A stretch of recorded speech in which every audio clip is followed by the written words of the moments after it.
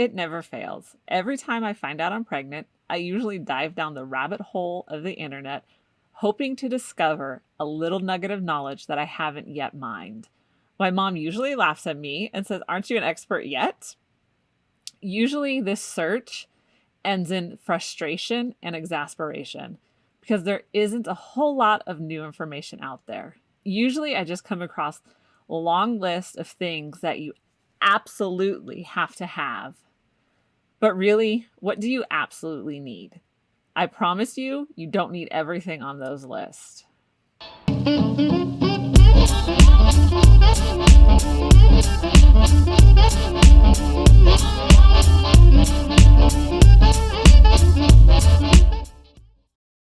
Hey moms, welcome to another episode of the Life Unboxed blog show, where we talk about all things momtrepreneur, from raising your kids to running a business, and the most important, keeping your sanity. I am JODIE the mom from lifeunboxed.blog, and I am so glad that you're joining in.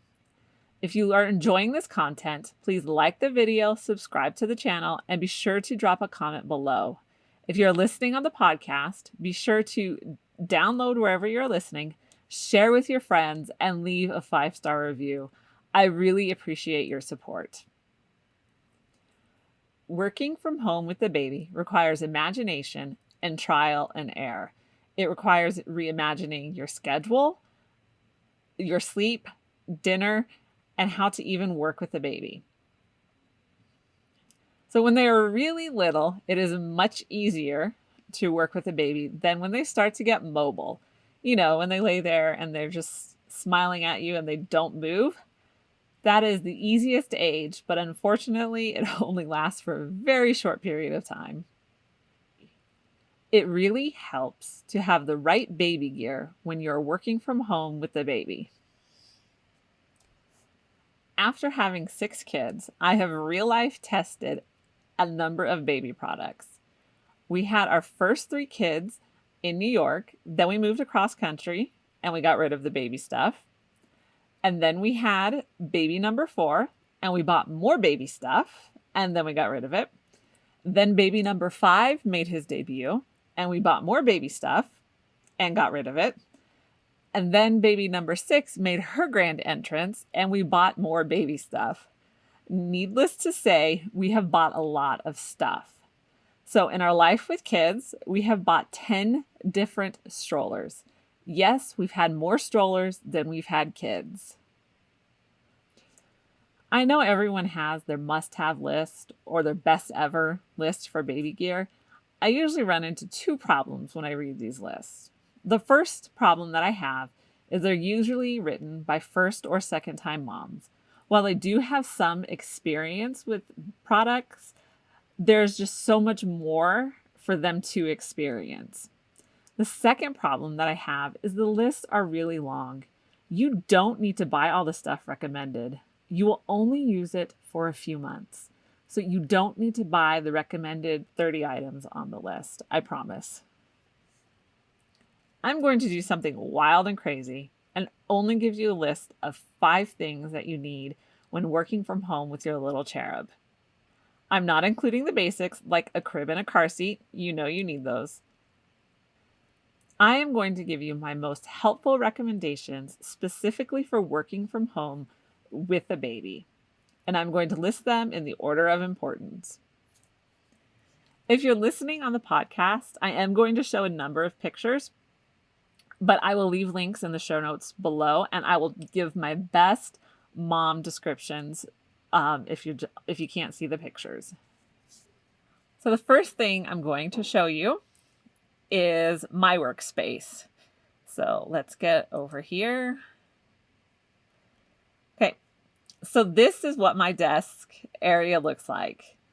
My big kids work here at these desks in front of the windows. So it's really like one big long table. And they each have their drawers to put their books in. My first grader works here. And then I have the pack and play right next to my desk, the swing, bouncy seat, rocking chair, play mat. All of that is right here. So I have office / schoolroom / daycare / library ///. So it's definitely a multi-purpose room. So let's get into your essential baby gear. And I am going to show you pictures just like I promised. Okay, so my number one, and as I said, I'm going to list these in the order of importance, and wearables are my number one item. If you cannot get anything else for your baby, because we can't, like, hey, we're on a budget. We're mom bosses. We have to budget wisely. Like, get a wearable. Get something that you can wear the baby around the house in and to work with the baby on you. So the first baby carrier I want to talk to you about is this Infantino right here. And this was one of the first carriers that I bought. Actually, it was similar. I don't actually think they make the one I had anymore. That was 15 years ago. But I bought it because it was cheap. And at the time, that was the most important factor. But it turned out really well. And I was happy with my purchase. So something like this, as you can see, this one's already not even being sold on Amazon anymore. But you always have more suggestions down here. But as I said, if you need something that's fairly inexpensive, this is a great one to go with. And that is the Infantino baby carrier. So the next baby carrier we're going to talk about that I would recommend is the Baby Bjorn. Now, 15 years ago when I had my first child, this was considered like the Cadillac of baby carriers. You wanted a Baby Bjorn. So it was considered the perfect, most ergonomic, won't hurt your back baby carrier. So this is the style of the Baby Bjorn infant carrier that I had. And so this is the Baby Bjorn Carrier Mini in black. One of the reasons I like the Baby Bjorn is because you can use it for the tiny babies, which is very nice. And it does say you can use it for up to 12 months. However, it gets really uncomfortable as the kids get bigger. So usually I would, after about the first 3 or 4 months, I switched to my all-time favorite baby carrier. So I love this baby carrier, the Ergo 360 all-position baby carrier. Can't talk right now. So I would say I love this thing so much that even if I was on a tight budget, I would figure out a way to buy this carrier. And there's a number of reasons. It's probably, out of all the carriers that I've used, and as I said, I've used a number of them, I found this to be the most comfortable even as the kids get bigger. So I've used the original, and the difference between the original carrier and this carrier is the Ergo Baby 360 all position, you can face the baby outward, so forward facing for the baby. The original you can't. You can put them facing you and facing on your back. So I really like this one for the option of being able to face the baby out so she can see the world, which she prefers. Okay, my last suggestion when it comes to wearables are wraps. And when the babies are infants and sleeping all day, these are awesome. So they tuck right into the pouch and just sleep. So think kangaroo, because it's kind of what they do. So just like this one right here, the baby's just tucked all snug in there. And it's great. You can do skin to skin and while they're in the wrap and still have your hands free to work or read a book. So there are a number of brands for wraps, Moby Wrap being the most popular. So, and of course, with popularity comes the most expensive. But there are a number of alternatives that are cheaper. I went with the cheaper wrap and I wasn't disappointed. So you don't have to go with the Moby Wrap. Let's see, do we have a Moby Wrap on here? Oh, here's a Moby Wrap. So that's $44, but you have the one right next to it, that's $20, or this one, which I would probably go with something more like this instead of, this full shoulder thing here. And this is $25. So I wasn't disappointed with my wrap that was not Moby. But you have a lot to choose from. So I would definitely recommend getting a wrap from for the 0 to about 4 to 5 months stage when they're sleeping most of the time. Baby carriers are by far my number one recommendation when it comes to working from home with a baby. For my last two babies, so number 5 and number 6, those were the two that I was working with from home. And I had a wrap and for the infant stage, and then I graduated them to the Ergo baby carrier once they got bigger. This is the one item that I would suggest above anything else, and it's also the one item that I've used for the longest time. My daughter is currently 15 months, and she still gets put into that baby carrier when I need her to be in there. So I highly recommend getting a baby carrier. So my next must-have on the list is a baby swing. So baby swings are awesome. All of my babies have loved the swing.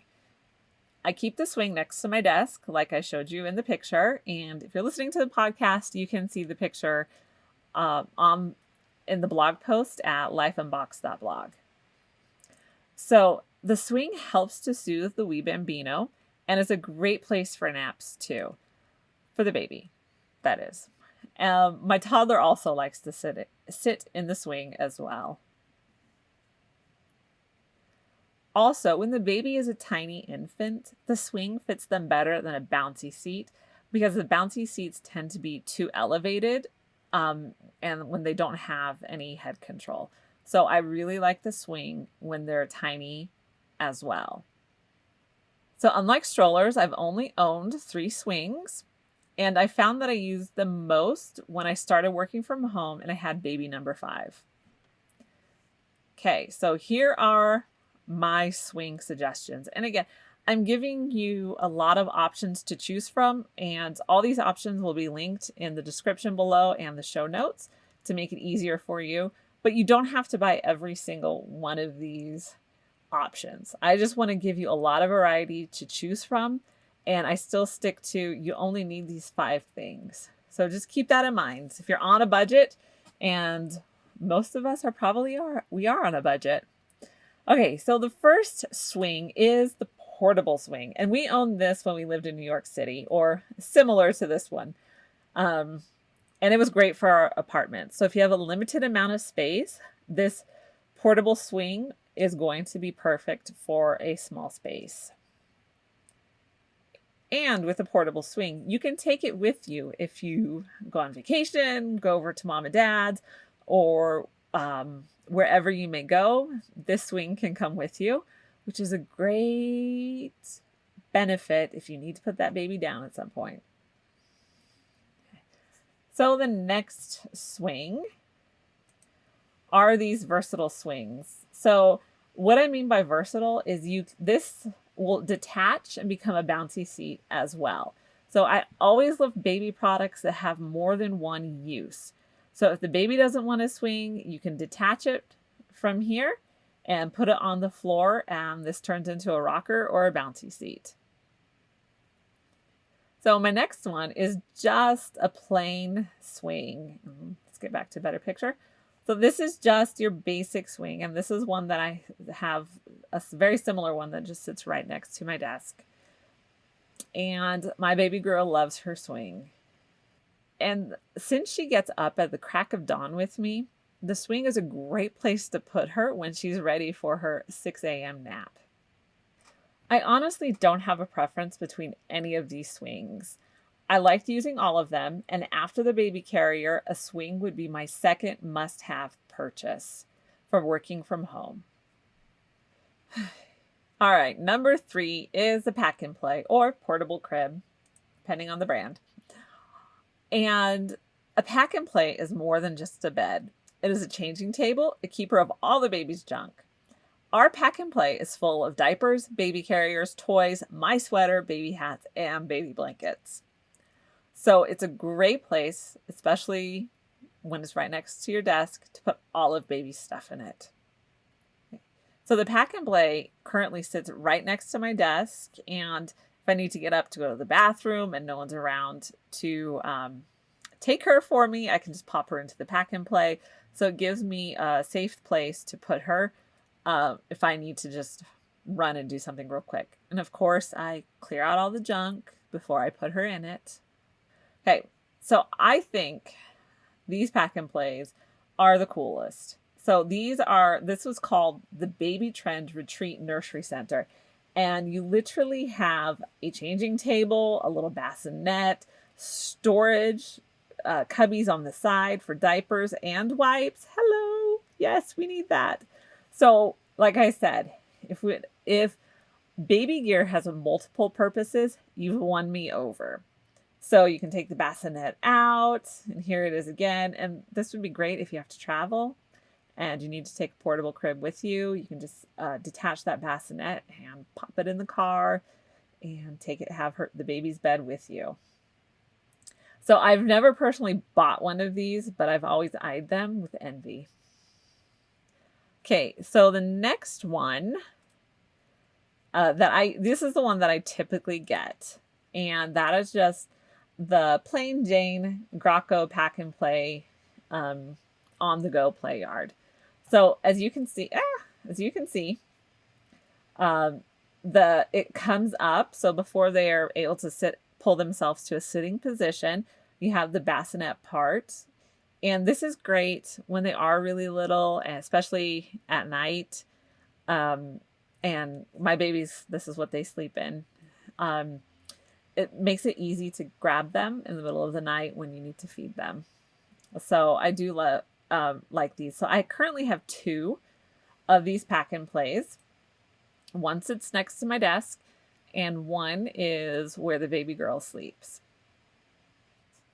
And number 4 on our list, so we're almost done, is our Bouncy Seats. These have been a lifesaver, especially as the babies get bigger and they're more awake throughout the day. It's a great place to put them, especially if you need to alternate between the swing and the bouncy seat. It's a great place to be able to move them to.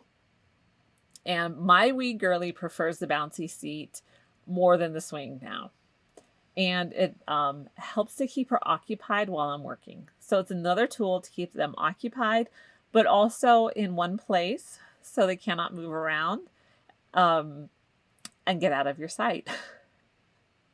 So there are so many choices to choose from. So here's just a couple. And again, like this is the rocking chair, which my daughter at this point prefers the rocking chair to the bouncy seat because she's more elevated. And it also has hard plastic toys. And for whatever reason, she likes hard plastic toys instead of the plush toys that come on most bouncy seats. And again, there's so many choices out there. You really can't make a wrong choice when it comes to a bouncy seat. So pick the one that's the cutest to you and go with it. Okay, so we've had a similar bouncy seat to this one. And as you can see, it's basic. It usually comes with music, and then most bouncy seats will also vibrate and just gives more soothing. You can see they have the plush toys. Like I said, my daughter prefers the hard plastic toys to the plush toys.